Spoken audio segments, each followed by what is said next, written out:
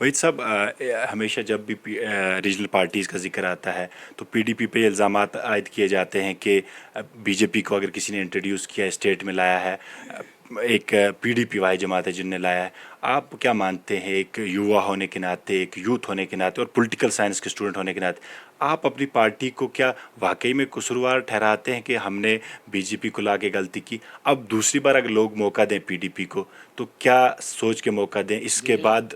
کشمیر میں basically B J پی پورے ملک میں آئی ہے، یہ ایک ریالٹی ہے اس ملک کی.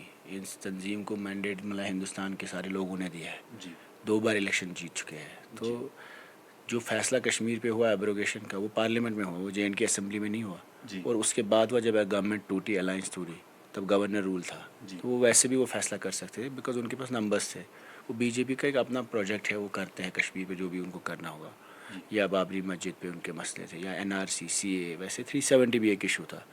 ہماری الائنس ان کے ساتھ تھی مین پولیٹیکل پروسیس پہ، ڈائلاگ پہ، ریکنسلیشن پہ، کہ کشمیر میں اسٹیبلٹی ہو اور پرماننسی پیس کی آئے.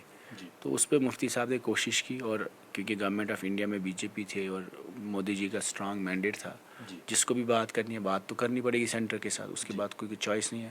اس کے باوجود بھی جب کہ وہ ہارڈ لائن ایک پارٹی تھی، انہوں نے آل پارٹی ڈیلیگیشن بھیجا گیلانی صاحب کے گھر پہ. انہوں نے ایمنسٹی کا پروگرام 12,000 اسٹون بیلٹرز جو محبوبہ جی نے ایمنسٹی دی وہ اپروو کیا. انہوں نے انٹرلوکیٹر اپوائنٹ کیا، انہوں نے سیز فائر مانا. تو it's not like we haven't got our dividends, لیکن یہ ہے کہ وہ سسٹین نہیں ہوا کیونکہ اس وقت رسپانڈ نہیں ہوا ان چیزوں کا.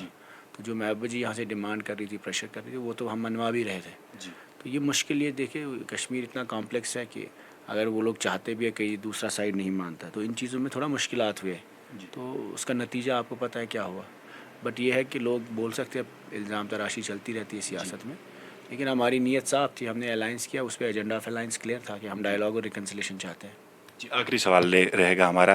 باقی پارٹیز ان دنوں یہ الزام لگاتی ہیں کہ رہتا ہے کہ وحید الرحمان پرا جو ہیں، جو کینڈیڈیٹ ہیں، اور پی ڈی پی جو ہے یہ معصومیت کر رہی ہے کہ ہمارے پاس پیسہ نہیں ہے، ہم پیسہ خرچ کرتے پھر لیکن ہمارے پاس پیسہ نہیں ہے، اور ہم جو ہمارا کینڈیڈیٹ ہے مطلب سب سے کم جس کی فائنینس دکھائی گئی ہے. تو کیا مانتے ہیں آپ، کیا واقعی میں پیسے کے بغیر کی جنگ لڑی جا رہی ہے؟ یہ جو الزام ہے، کیا یہ معصومیت دکھانے کی کوشش ہو رہی ہے یا پھر واقعی میں جو پی ڈی پی کا فائنینشیل کرنچ چل رہا ہے؟ ہمارے پاس دیکھیے مین جو لوگ تھے وہ تو سب نکل گئے ہیں. 40 ایم ایل اے، بڑا ایک بہت بڑی ٹیم ہوتی ہے ایم ایل سیز. اب تو وہاں بچے مطلب جو لوگ ہیں، محبوبہ جی نے جو نئی ٹیم بنائی ہے، ان کے ساتھ جو لائر لوگ تھے جیسے بشیر صاحب ہے، باقی جو لائر لوگ رہے، نئے لوگ جیسے ہے، ینگ لوگ کچھ ہے. تو ریسورسز اگر ہمارے پاس ہوتے ہم بھی ریلیز کرتے. تو ہم ریلیز اس لیے نہیں کر رہے کیونکہ اس میں بہت پیسہ لگتا ہے اور اس وقت کوئی دینا نہیں چاہتا ہے. دوسرا ریسورس ہمارے پاس ہے ہی نہیں. تو ہماری کوشش ہے کہ ریلیز کے بنا، کرسیوں کے بنا، لاؤڈ سپیکرز کے بنا گھر گھر جاؤ. تو ہمارا کیمپین بہت لو کیا، آپ نے بھی دیکھا ہوگا. ہم آتے جاتے ہیں، میں آیا 2-3 بار یہاں پہ. ہم جاتے ہیں گھر گھر، گاؤں گاؤں جاتے ہیں. اس میں تھوڑا خرچہ بھی نہیں ہے، ورکر کے گھر جاؤ، وہ کھانا پینا وہاں سے ہی ہوتا ہے، ملتے بھی ہیں، منہ بھی دکھا دیتے ہیں، اپنا بات بھی کرتے ہیں. تو غرض یہ ہے کہ کم ایکسپینڈیچر میں، کم پیسے سے جتنا لو کی کیمپین چلے وہ زیادہ بہتر ہے. یوتھ کینڈیڈیٹ، آخری سوال رہے گا. یوتھ کینڈیڈیٹ ہونے کے ناطے آپ یوتھ کے لیے آج کیا میسیج دینا چاہیں گے آپ ان انتخابات کو لے کے؟ کیونکہ کشمیر میں اکثر ووٹ نہیں بھی پڑتے ہیں، بہت ساری ایسی جگہیں ووٹ بڑا کم پڑتا ہے، جو ساؤتھ کی کچھ ایسی جگہیں ہیں.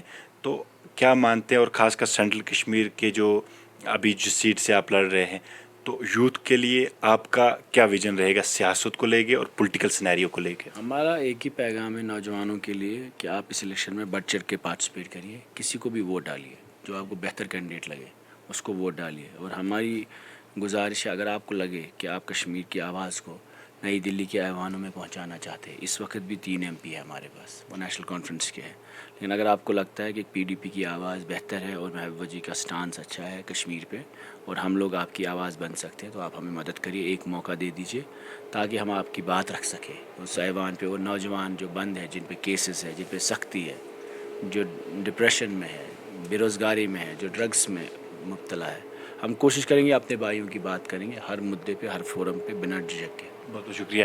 ناظرین، ہمارے ساتھ بات کر رہے تھے وحید الرحمان پرا، جو یووا ینگ کینڈیڈیٹ ہیں سری نگر پارلیمنٹ انتخابات کے لیے، اور ہمیشہ سری نگر پارلیمنٹ انتخابات میں گاندربل صفحہ اول میں رہتا ہے، اور گاندربل کے ووٹ کہیں نہ کہیں ڈیسائیڈ کرتے ہیں کہ سری نگر کی سیٹ کہاں جائے گی اس پارلیمنٹ انتخابات کی۔ اب دیجیے اپنے میزبان سعید رضا خلیفہ کو اجازت، اللہ نے چاہا ایک اور رپورٹ کے ساتھ ملاقات ہوگی، ایک اور نئے چہرے کے ساتھ ملاقات ہوگی، تب تک کے لیے اللہ حافظ۔